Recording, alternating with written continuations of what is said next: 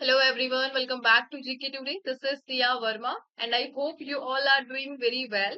तो आज के सेशन में हम कवर करने वाले हैं नेक्स्ट 50 वर्ड्स जो कि पार्ट है एसएससी एग्जाम्स में आए टॉप 5000 वोकैब सीरीज का। इससे पहले हम 4 सेशन ऑलरेडी कवर कर चुके हैं जिसमें लगभग 200 वर्ड्स हमने यहाँ पर डिस्कस किए हैं। तो अगर आपने वो 4 सेशन नहीं देखे तो प्लीज पहले आप वो कंप्लीट कीजिए, देन इस 5th सेशन पे मूव कीजिए। फाइन, सो स्टार्ट करते हैं हमारा session.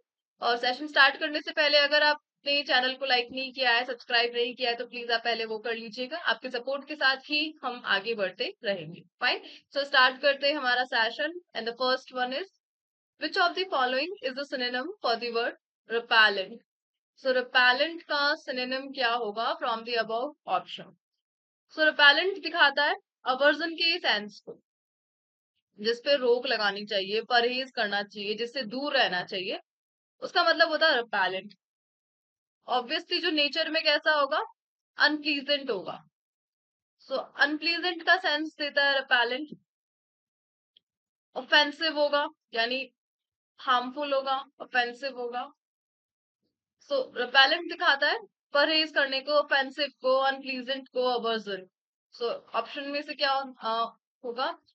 Option number C, disgusting. So इसके सिनोनिम अगर हम देखें तो आप बता सकते हैं डिस्गस्ट हो गया, अवर्जन हो गया, अनप्लीजेंट हो गया, ऑफेंसिव हो गया, और इसके अलावा रिवॉल्टिंग, एक ये वर्ड भी आप यूज कर सकते हैं, revolting, something which is unpleasant और ऑफेंसिव। डिस्गस्टिंग हो गया। एक आप वर्ड यूज कर सकते हैं डेटरेंट, जिससे दूरी बनाए रखना चाहिए, दूर रहना चाहिए, डेटरेंट। डिस्करेजिंग,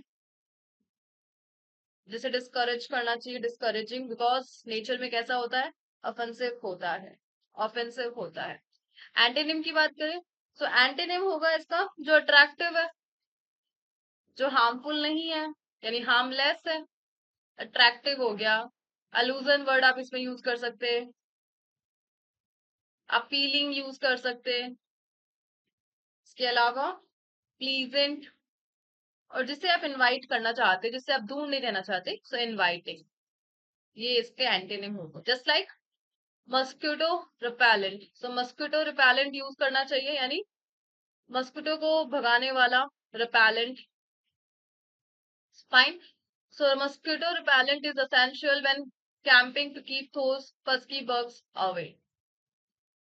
So उन pesky bugs को यानी जो छोटे छोटे कीड़े हैं उनको दूर रखने के लिए मस्किटो रिपेलेंट को यूज करना एसेंशियल है।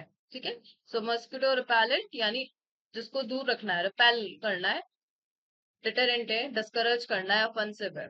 Fine, let's move to the next one. The next one is what is the meaning of fecund. So fecund का मतलब क्या होता है? सो फेकेंड दिखाता है जो फर्टाइल है, विच इज फर्टाइल, जिसपे ग्रीनरी आ सकती है, जिसपे आप एग्रीकल्चर के लिए जिसको लैंड को आप यूज कर सकते हो, वैसी लैंड क्या कहलाती है? फेकेंड कहलाती है।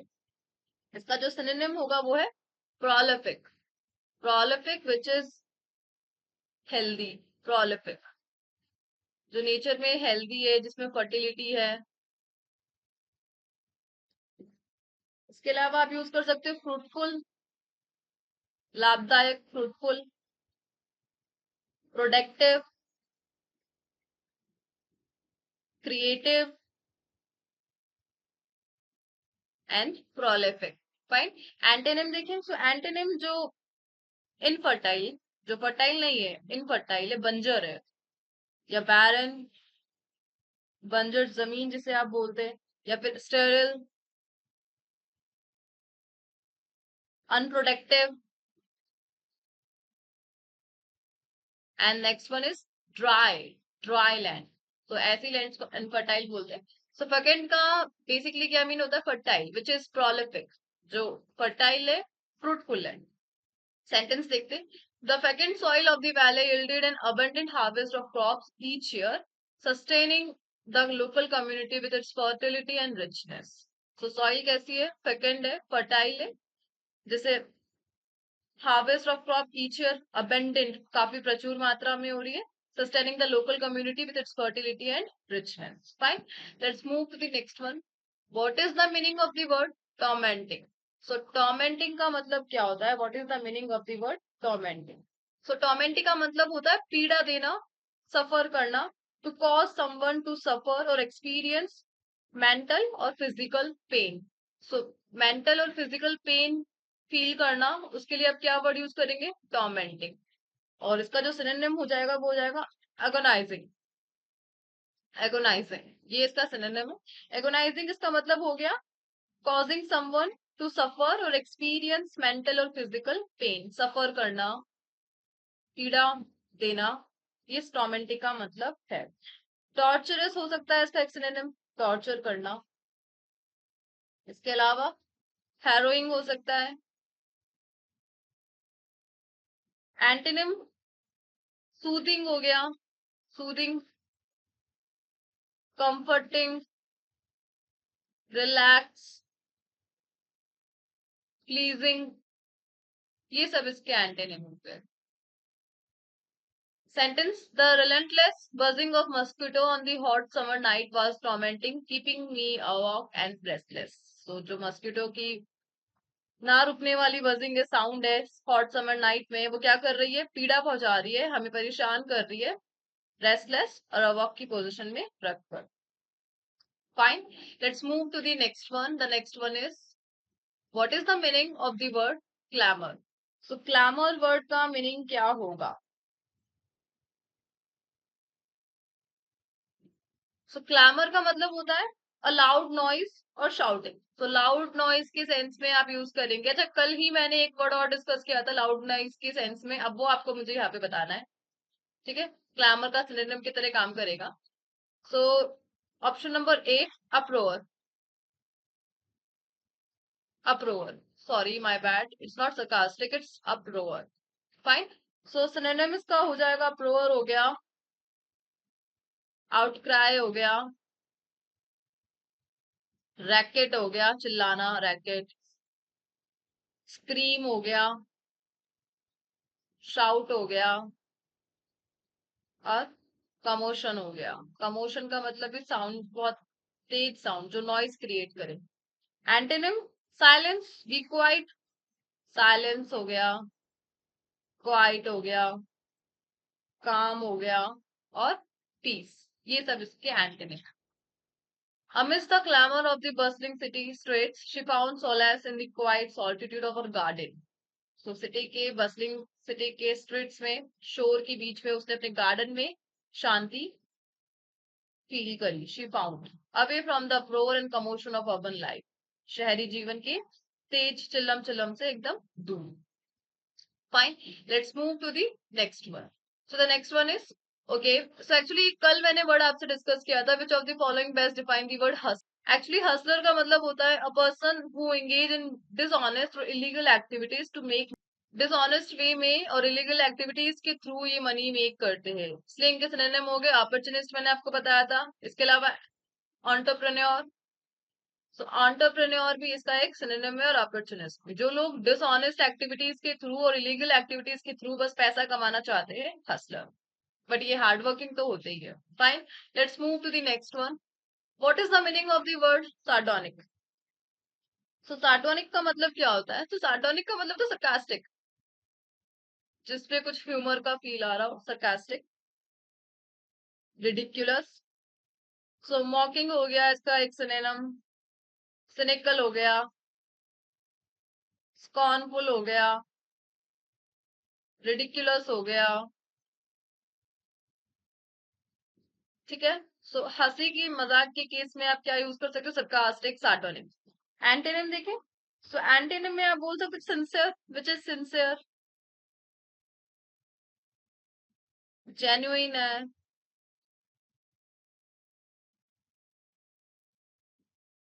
हार्टफेल्ट है। ठीक है, जिसे रियली आपने दिल से फील किया है, ये हो गए इसके antonym. His sardonic smirk revealed his amusement at the absurdity of the situation, making it clear that he found no sincerity in their words. There is no sincerity in their words. लोगों की smile को देखकर sardonic smile. Fine. Let's move to the next one. What is the meaning of the word abrupt?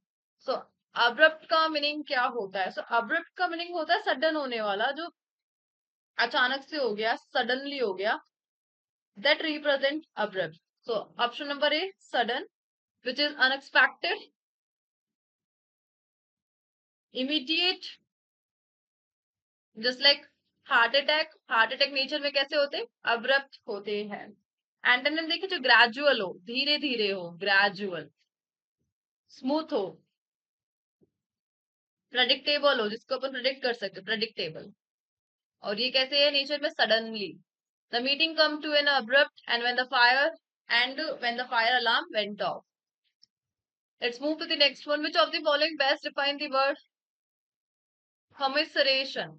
So commiseration को कौन सा word exactly define करता है, कमिसरेशन. So कमिसरेशन का मतलब होता है सिंपैथी देना, सिंपैथाइज करना, सिंपैथी देना. सिनोनिम एम्पैथी आप बोल सकते हैं, कॉम्पैशन बोल सकते हैं, कंपैशन बोल सकते हैं, और कंडोलेंस. ये सब इसके सिनोनिम. कंडोलेंस, एम्पैथी, कंपैशन कमिसरेशन के सिनोनिम है. एंटोनिम की देखिए, इंडिफरेंस, जो इंडिफरेंट है, नो सिंपैथी, इंडिफरेंट. अपैथी है, उदास है, अपैथी. और कैलसनेस, नीरस, कैलसनेस. फाइन. सो सिंपैथी ना होने के केस में आप ये वर्ड यूज करेंगे, apathy, callousness, indifferent.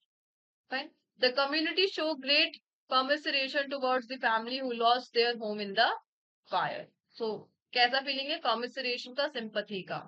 Let's move to the next one. The next one is, what is the meaning of the word exasperation. So exasperation का exactly meaning क्या होता है? Exasperation just like irritation, irritating. So option number B, irritation. Frustration इसका एक synonym हो गया, frustration. Annoyance हो गया, anger हो गया. Antonym, calmness, जो irritation प्रोड्यूस नहीं कर रहा, calmness है, patience है, serenity है, serenity है, peaceful है. ठीक है, तो ये हो जाएंगे इसकी एंटेनम. One might feel exasperation when dealing with a stubborn individual or facing a series of setbacks. So एक जिद्दी इंडिविजुअल से डील करके one might feel exasperation. और जो setback मतलब लगातार चुनौतियों पे चुनौतियों फेस कर रहा है, facing a series of setbacks. Let's move to the next one. What is the meaning of the word vexed? तो वेक्स का मतलब क्या होता है? सो वेक्स का मतलब होता है परेशान करना, नॉय करना, दुखी कर देना. तो छोटे बच्चे क्या कर देते, वेक्स कर देते, वेक्स कर देते. सो अनॉय. ठीक है, सो दुखी, अनॉय होना, उसके लिए आप क्या वर्ड यूज करेंगे, वेक्स वर्ड यूज करेंगे. सो वो इस रहने में से इरिटेटेड हो जाएगा, एग्जास्परेटेड भी आ जाएगा, इधर इरिटेटेड आ जाएगा, एग्जास्परेटेड आ जाएगा, बॉदर्ड आ जाएगा,